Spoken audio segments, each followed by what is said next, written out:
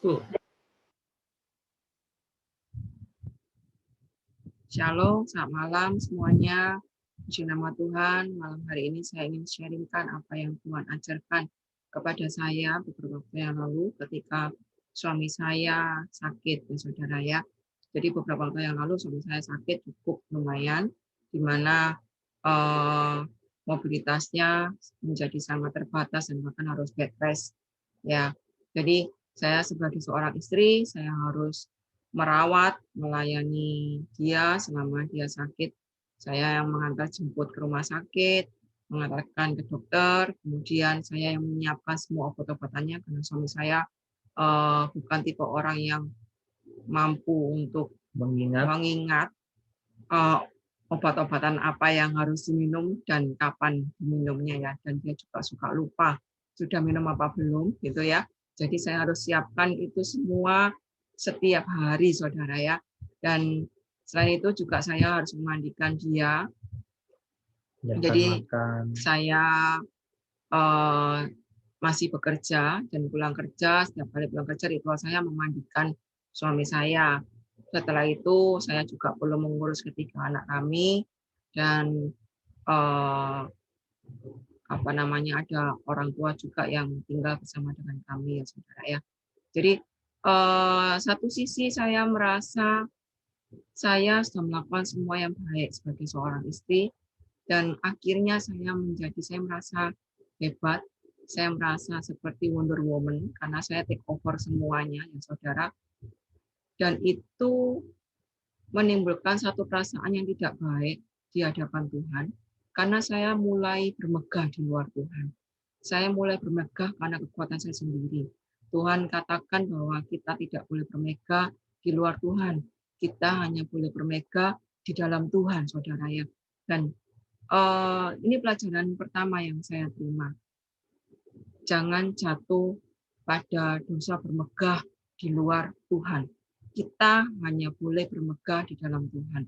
Pelajaran yang kedua yang saya terima adalah ketika satu sisi saya merasakan saya hebat, satu sisi yang lain saya merasakan sangat capek, saya merasakan cukup stres karena suami saya sakit dalam jangka waktu yang cukup lama, sehingga capek itu datang saudara yang cukup stres, cukup capek, dan akhirnya saya jatuh pada dosa mengasihani diri sendiri ya.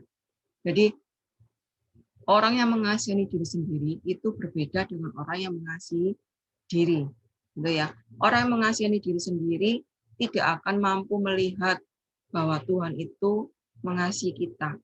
Orang mengasihi diri sendiri tidak bisa melihat janji-janji Tuhan di dalam hidupnya. Orang yang mengasihi diri sendiri kalau berdoa, saya akan bilang, Tuhan aku capek, Tuhan aku stres, Tuhan aku tidak mampu, sampai kapan ini semua harus tak jalani. Seperti itu saudara ya. Akhirnya kita akan semakin terpuruk. Tuhan nggak mau. Kita ini adalah anak-anaknya Tuhan. Tuhan nggak mau hal seperti itu saudara ya. Tapi yang Tuhan mau adalah kita mengasihi diri kita sendiri, bukan egois, tetapi mengasihi diri kita karena kita tahu bahwa Allah itu mengasihi kita, saudara ya. Bahwa kita ini adalah berharga di mata Allah, bahwa saya adalah anak kesayangan Allah. Gitu ya. Itu ketika kita bisa melihat semuanya itu, kita akan bisa berdoa dengan iman. Kita akan bisa mengklaim janji-janji Tuhan di dalam hidup kita. Dan kita bisa menjalani hidup ini bersama dengan Tuhan. Karena Tuhan itu telah menebus saya dan saudara dengan darahnya yang mahal, nggak berhenti sampai di sana. Tuhan yang kita sembah adalah Tuhan yang setia, Tuhan yang berjalan bersama dengan kita di dalam semua masa hidup kita, saudara ya. Tuhan nggak pernah sekali-kali meninggalkan kita, dan janji Tuhan itu ya dan amin. Ketika kita mengasihi diri kita sendiri, kita bisa melihat bahwa betapa Tuhan itu mencintai setiap kita, saudara ya. Ini satu pelajaran yang cukup kita sudah tahu mungkin di masa lalu, tapi ini diingatkan kembali bahwa jangan jatuh pada dosa mengasihani diri seperti yang saya lakukan, saudara ya. Jangan mengulangi jangan melakukan hal yang salah, jangan melakukan kebodohan seperti yang saya lakukan. Biarlah setiap kita boleh melakukan apa yang baik dan benar di hadapan Tuhan sebagai anak-anak Tuhan. Pelajaran ketiga yang saya alami adalah, jadi beberapa waktu yang lalu suami saya harus antarkan untuk swab test ke Rumah Sakit Mitra Waru, di mana saudara tahu bahwa lobi Mitra Waru kita dari gardu parkir kita harus naik cukup tinggi, dan ketika pulang saya merasa ragu apakah saya bisa naik ke lobi lagi dengan putaran cukup tajam, ataukah saya harus keluar dari parkiran, putar lagi ke jalan raya, terus kemudian masuk parkiran lagi dan naik ke atas. Gitu ya saudara ya. Posisi waktu itu, posisi saya pulang kerja malam, sekitar jam 6 malam, capek, saya harus antarkan suami ke Mitra Waru, dan kemudian pulang itu saya tahu ritual saya adalah memandikan suami saya. Jadi cukup capek saudara ya. Jadi saya berpikir apa salahnya dicoba suami saya turun ke bawah dengan jarak yang cukup singkat, tapi itu adalah turunan ya saudara ya. Nanti saya jemput itu di bawah, kita ketemu di bawah. Saya pikir seperti itu, tanpa saya naik ke atas karena posisi kakinya juga sudah cukup membaik seperti itu saudara ya. Tanpa saya berpikir bahwa beban lutut ketika turun itu lebih besar dibandingkan ketika naik. Itu saya tahu, tetapi saya lupa waktu itu saudara ya. Jadi yang saya pikirkan adalah capek dan kemudian bagaimana saya bisa naik lagi, atau sesuatu hal yang sulit lah ya. Dan suami saya ketika saya bilang seperti itu, dia mungkin merasa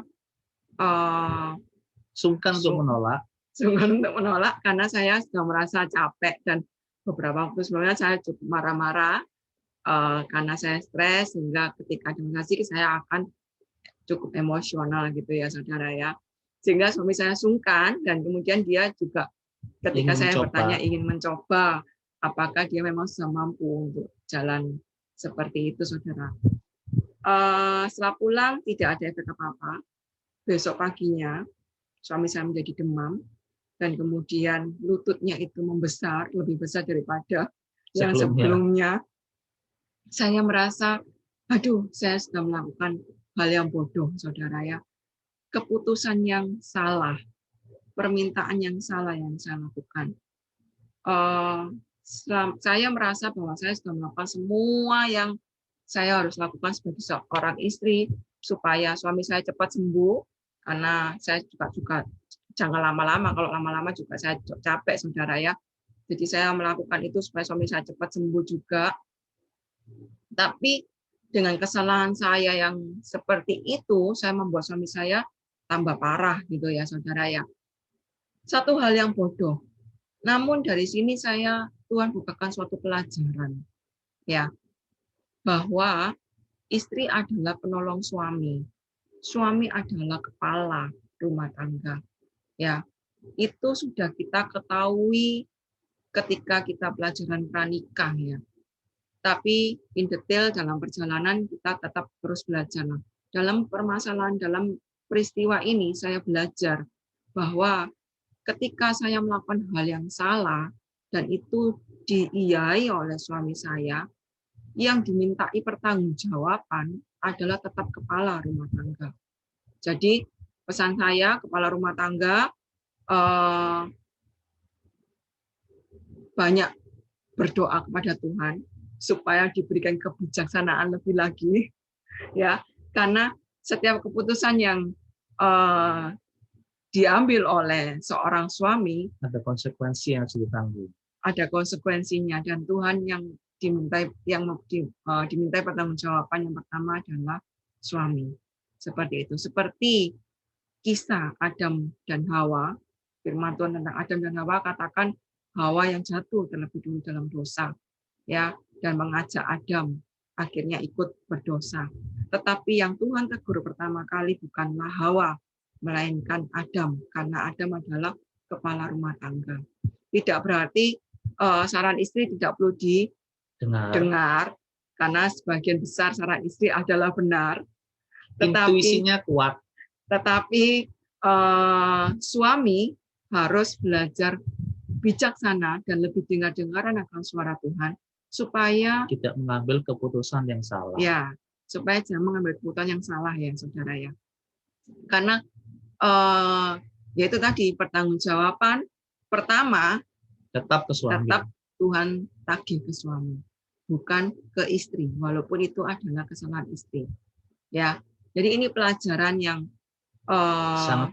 sangat berharga yang kami ingin bagikan kepada setiap saudara, supaya saudara jangan jatuh pada kebodohan seperti yang kami lakukan atau kesalahan seperti yang kami lakukan, tapi saudara bisa belajar dari kesalahan kami untuk lebih baik lagi. Ya, kita tidak perlu mengalami hal yang salah untuk belajar lebih baik. Cukup dari yang salah, cukup dari orang lain yang jatuh, ya. Tapi saudara jangan jatuh pada lubang yang sama. Ya, kita sharing supaya saya dan saudara bisa saling jaga. Ketika nanti satu tempo kami lupa akan sharing ini, saudara bisa ingatkan kami kembali. Dan ketika saudara lupa, kami akan sharingkan apa yang kami alami, supaya saudara tidak jatuh dan kami juga tidak akan jatuh pada kesalahan yang sama. Seperti itu, saudara ya. Satu hal lagi, dalam segala hal Allah turut bekerja untuk mendatangkan kebaikan buat kita. Sekalipun kami melakukan kesalahan, sekalipun kami mengambil keputusan yang salah, Tuhan itu bisa mengubahkan akhirnya menjadi satu kebaikan buat kami. Itu ya saudara. Jadi ketika lutut suami saya semakin bengkak dan kami kembali ke dokter, karena bengkaknya itu akhirnya dokter yang merawat suami mengkonsulkan kepada dokter lain yang lebih ahli, seperti itu saudara. Ya, dokter lain yang lebih ahli. Dan karena dokter baru ini, akhirnya kami mengetahui bahwa penyakit suami saya adalah autoimun yang sebelumnya itu tidak kami ketahui, gitu ya saudara. Jadi selalu Tuhan itu turut campur tangan. Bukan berarti kami membenarkan diri kami sendiri bahwa oh ya, karena kesalahan kami akhirnya ketahuan kok sakitnya adalah autoimun. Tidak, tetapi pembelajaran tetap adalah pembelajaran. Karya Tuhan tetap adalah karya Tuhan di dalam hidup kita, saudara ya. Jadi dalam segala hal, ketika kita tahu kita salah dan kita bertobat, kita mengaku dosa sama Tuhan, Tuhan itu sanggup mengubahkan hal yang tidak baik menjadi baik buat setiap kita, saudara ya. Saya rindu bagikan ini kepada setiap saudara karena saya ingin kita semua semakin hari boleh semakin disempurnakan. Kita semua boleh semakin hari boleh semakin belajar untuk hidup berkenan di hadapan Tuhan. Bukankah hidup ini adalah belajar, ya?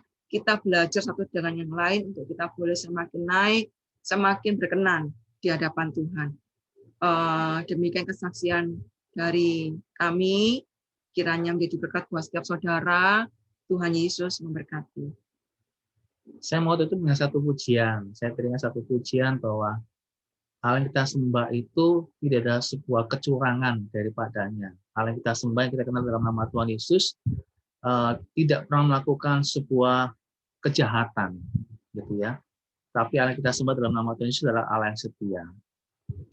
Tak pernah ku temui kecurangan padamu, sebab Kau Allahku yang benar. Tak pernah ku dapati Kau lalai dalam janjimu, sebab Kau Allahku, Allah yang setia, Kau tak pernah kecewakan yang berharap padamu. Biar firman-Mu digenapi, Kau Allahku yang setia. Tak pernah ku temui kecurangan padamu, sebab Kau Allahku yang benar. Tak pernah ku dapati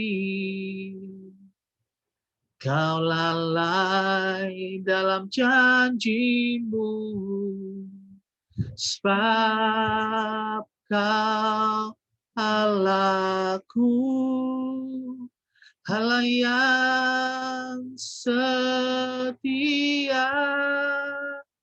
Kau tak pernah kecewakan